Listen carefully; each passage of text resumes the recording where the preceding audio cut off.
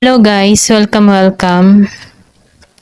Collective reading tayo ngayon. So tingnan natin kung ano yung naiisip ng person mo sa'yo. So be open-minded po, hindi po halos lahat makaresonate. Kaya piliin niya na lamang. And thank you nga po pala sa mga nag-subscribe, lalo-lalo na sa mga bumabalik. Marami pong salamat. Give me the message. Ano yung naisip ng person mo sa'yo? Ano yung kanyang gustong sabihin, okay? Be open-minded po hindi po halos lahat makaresonate, kaya piliin nyo na lamang. And thank you nga po pala sa mga nag-subscribe, lalo-lalo na po sa mga bumabalik.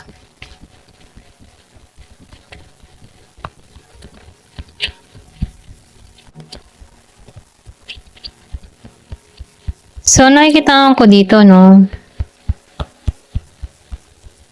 Meron ka ditong tao na pinanganak ng 21, okay?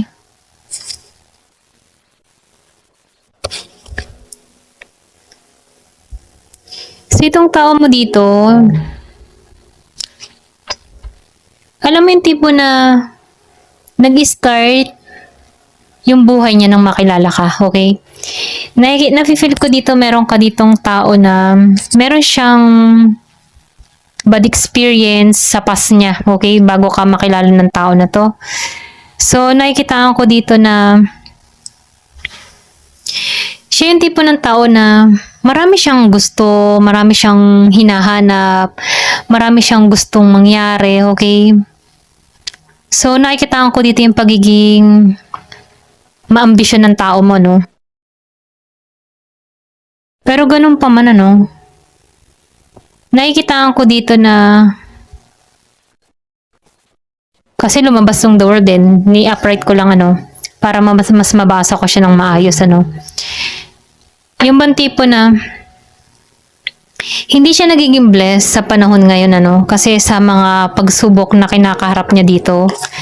Pwede rin sabihin meron ka ditong tao na nakakaranas ng andun siya sa moment na inaayos niya yung sarili niya, nagninilay-nilay siya, binabalanse-balanse niya kung anong dapat itama sa kanya, okay? Andun siya sa point na gusto niyang may mapuno sa kanya. Parang may hinahanap siya may kulang pa, ganun Ito lang nakikita ko. So, nakikita ko rin dito,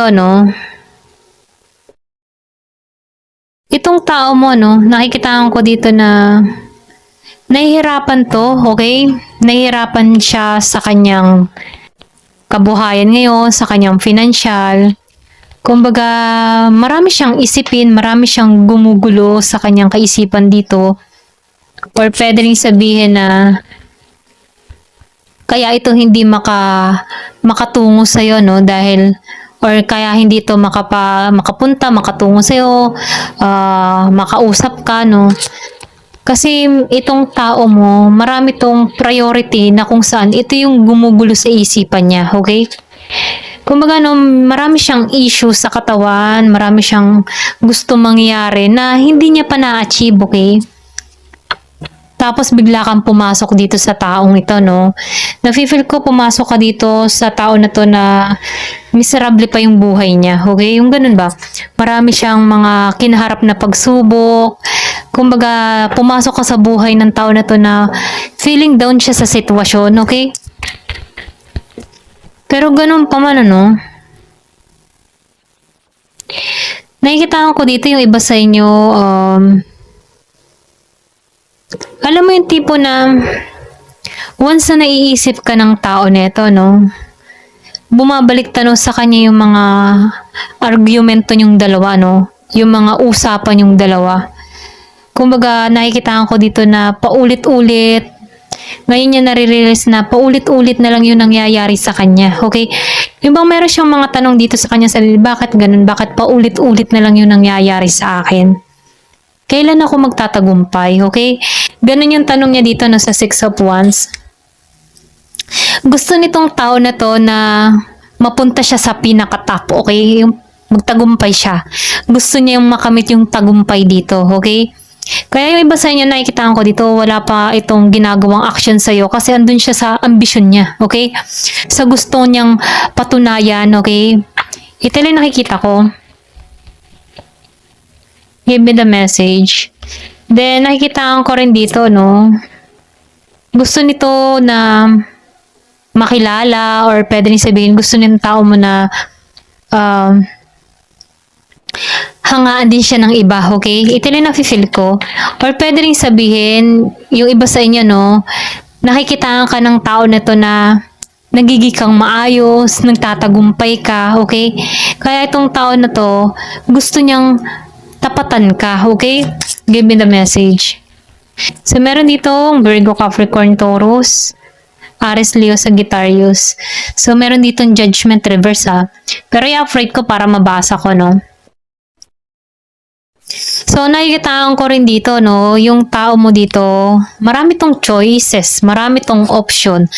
Kumbaga, nagitong pabigla-bigla sa kanyang mga desisyong ginawa, okay? Hindi niya pinag-isipan, hindi niya kinonsider ikaw bilang isang importante para sa kanya, no? So, pwede rin sabihin itong tao nakakaranas to ng pagsubok ngayon na alam mo yun, parang andito siya sa time na nagninilay-nilay siya, kung ano yung mga dapat na itama niya, kumbaga nare-recall niya lahat ng mga nangyari sa nakaraan na kung saan ano, gusto niyang ma-accomplish to, gusto niyang matapos to, okay?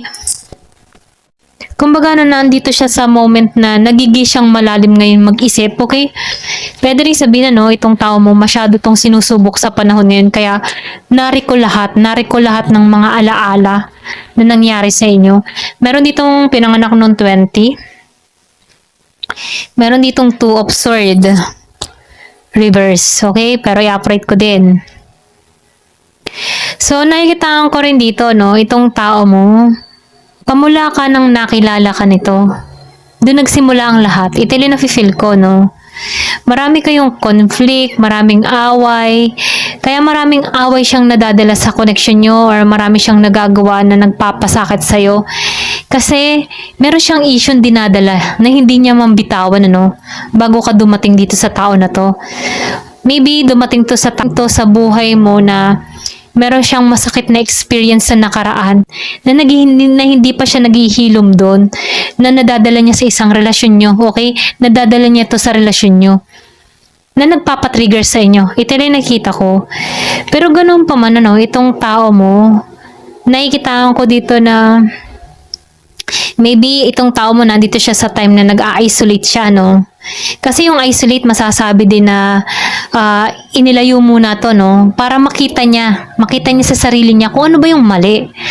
So, nafe-feel ko dito itong tao mo, andito siya sa stage na nag-grow, or pwede rin sabihin energy mo to, no? Na nilalayo mo muna yung sarili mo.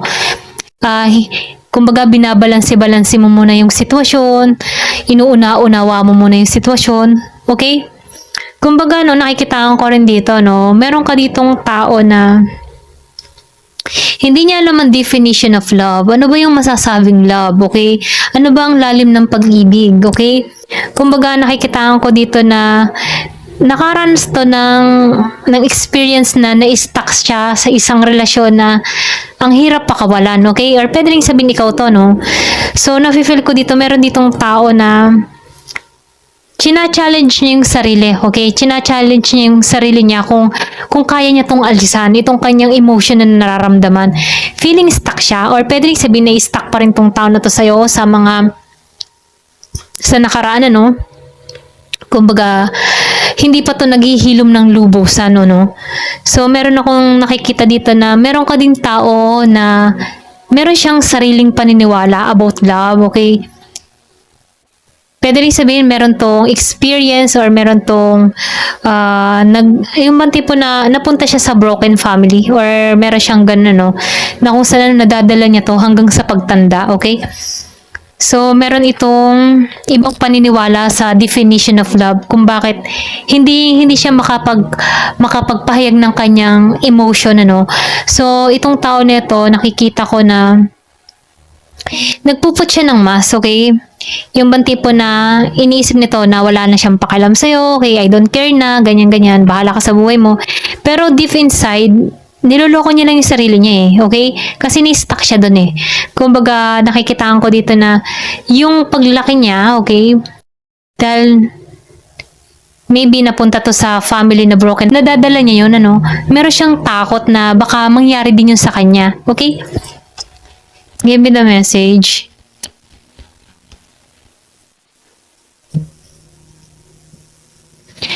Pero ganun pa man, ano, ang taong ito, iba. Iba yung naramdaman niya sa'yo. At dun siya natatakot, ano? Natatakot siya kung paano ka magmahal, okay? Maybe iniwasan ka ng tao na ito, no? Kasi natatakot siya na baka sakali magsawa ka, iwanan mo siya, ganun ba? So, nakikita ko dito na wala pa tong mga pumapasok sa kaisipan niya na pang long term, ano? Takot siya sa ganun. Gusto ng tao na ito yung tipo na pinaghihirapan niya, no? So, nafe-feel ko dito, itong tao mo, hindi pa rin ito nawawala ng pag-asa. Kaya lang, itong tao mo, andito siya sa stage na hinahanap pa niya muna ang sarili niya, okay? So, nafe-feel ko dito, nagre-rest muna to, okay? So, nakikita ko dito na meron kang tao na hindi open-minded, ano? Alam mo yung tipo na hindi to makwento, hindi to nagsasabi ng kanya mga problema, lalo-lalo na sa ibang tao. Sinasarili ng tao na to. So, nafe-feel ko dito na ikaw nakikiramdam ka lang dito or sabihin natin na pinakikiramdaman mo lang tong tao na to, no? Marami tong tinatago, pero itong tao na to, nakikita ka na to na may potential, okay? Nakikita ka ng tao na to na magiging kang mabuting may bahay, okay? Or sabihin natin na mabuting kapartner, ano? Kasi nakikitaan ka ng tao nito na masayahin, energetic, mapagbigay, hindi ka madamot, ano? So, gusto niya yung katangian mong yun. Walang problema sa iyo dito. So, itong tao mo, andito siya sa moment na nag-isolate siya kasi meron siyang hinahanap sa kanyang sarili na gusto niyang itama sa kanyang sarili. Okay? Ito lang nakikita ko. Give me the message.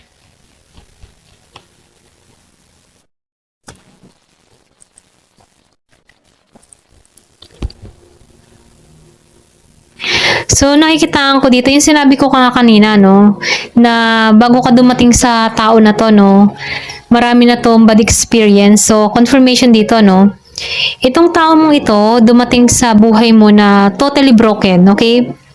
Kumbaga, wala siyang maipagmalaki or wala siyang maipakita sa iyo na maganda about sa kanya kasi meron siyang bad experience sa past relationship niya or pwede rin sabihin meron siyang bad experience sa kanyang kabataan, ano, or sa family niya. Wala siyang may pagmalaki or maiharap sa iyo na maayos, ano. So, nafe-feel ko dito, na-trigger siya sa kung anong meron ka, okay? Kasi hindi niya matumbasan yung ikaw, okay? Kung paano mo siya kinakaharap ng maayos, kung paano mo siya pakitaan ng maayos. Natatakot siya na masaktan ka niya, no? Or pwede rin sabihin, meron ka ditong tao na hindi niya, kumbaga no, may pagka-insecure sa'yo, okay? Pero hindi naman insecure in a bad term, ano? So, insecure lang siya kasi naging mapalad sa buhay, ano, or pwede rin sabihin, meron kang mga family na sumusuporta sa'yo. So, itong tao mo, hindi ganun, ano. So, nafe-feel ko dito na iniwasan ka ng tao nito para ayusin yung sarili niya, no. Ito lang nakikita ko kasi alam niya na hindi siya buo, okay? Gusto niya kung papasok siya sa buhay mo, buo siya, okay siya, maayos siya, okay? Walang problema sa kanya. So, nafe-feel ko dito na meron tong hinihilom sa kanyang sarili dito bago siya tumungo sa'yo, okay? So, nakikita ko rin dito, no, marami tong pinanaramdaman, okay? Maraming beses na tong nasaktan, okay? Na hindi mo akalaing naranasan niya yun, okay? Give me the message.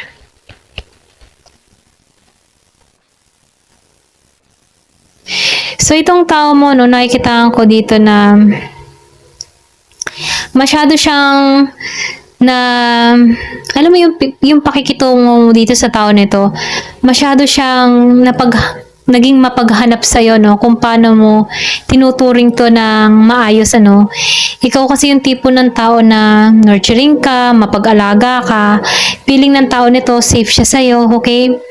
Natatakot siya na harapin, alam mo yung harapin yung kung paano mo siya binibigyan ng pahalaga, natatakot siya doon na baka mamaya masaktan ka niya. So, nafe-feel ko dito, marami siyang takot sa kanyang sarili or meron siyang ibang paniniwala sa'yo.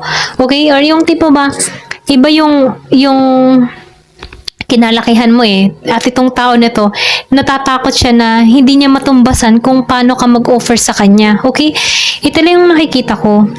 So, meron ditong death reverse. Pero ganun pa man i-operate ko, no? So, nakikitaan ko rin dito, no? Hindi siya makalimot sa nakaraan, okay?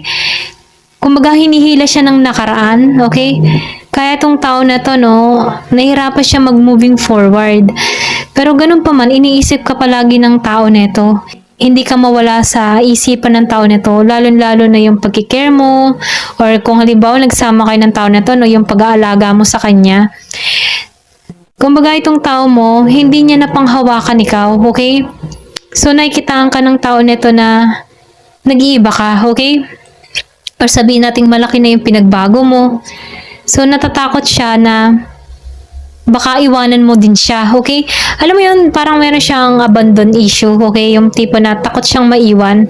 Pwede rin sabihin may ganun siyang experience na lagi siyang naiiwan, nagsusolo, kaya mas inunahan ka nito. Ito lang nafe-feel ko.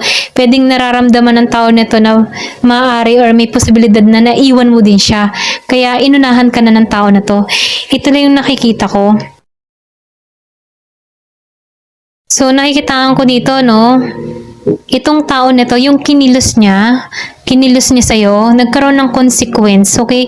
Alam mo yung tipo na tumatama din sa kanya, okay?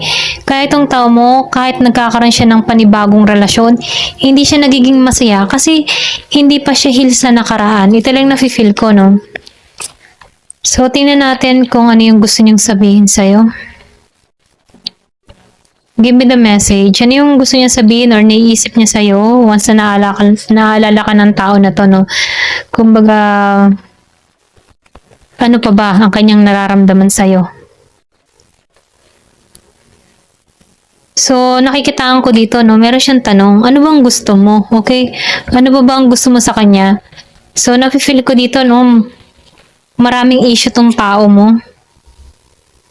So, ito, no, umalis siya dahil sinabi mo, okay? Kumbaga, lahat ng sinasabi mo, sinusunod ng tao na to, okay? So, I feel the same way. Pareho pa rin kayo ng nararamdaman.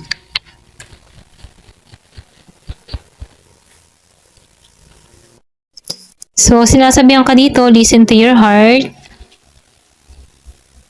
And then, nakikita ko rin dito, meron dito nag-advise ng mali. Pero ganun pa man ano, meron ditong ready na. Pwedeng sabihin na ready ka na dito, pero itong tao mo hindi pa. Meron ditong ready, yung isa hindi pa. I'm so much pain, okay? Pero sinasabihan ka dito, babalik siya, maniwala ka. Gusto niya magsimula ng family sa'yo, okay? Pero gusto nito mabagal muna kayo. Kasi meron pa tong inaayos sa sarili niya, okay? Hinahanap niya muna yung sarili niya. Andito siya sa hermit mode, okay? Naghahanap to ng kaliwanagan. Masyado tong grounded, okay?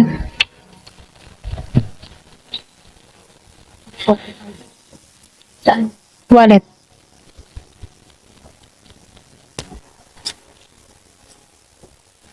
Alam mo na daw, you're already know, okay? Alam mo na, okay, kung bakit siya nagkakaganito.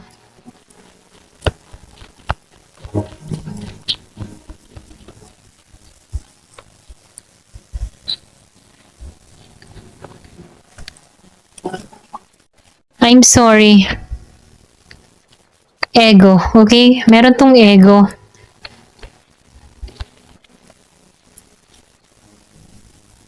Pero gusto ka pa rin niyang panghawakan dito, okay? Ito na yung misaya, no? So, nakikita ko dito, walang issue sa'yo, no? Yung tao mo dito ang nakakaramdam ng issue kasi hindi pa ito makamove on sa nakaraan, okay? Kumbaga, dala-dala niya dito yung bad experience niya sa nakaraan. Pwedeng nagkaroon to ng broken family, okay? Or nagkaroon to ng bad experience na kung saan natitrigger siya na hindi niya akalain na may magmamahal sa kanya ng pinakikita mo sa kanya. Yung ba tipo na ikaw yung nagbibigay ng totoong pagmamahal sa kanya at na-overwhelm siya doon at na-ita-tension siya doon, So, ito lang nafe-feel ko. Ayan, thank you for watching. Love and peace.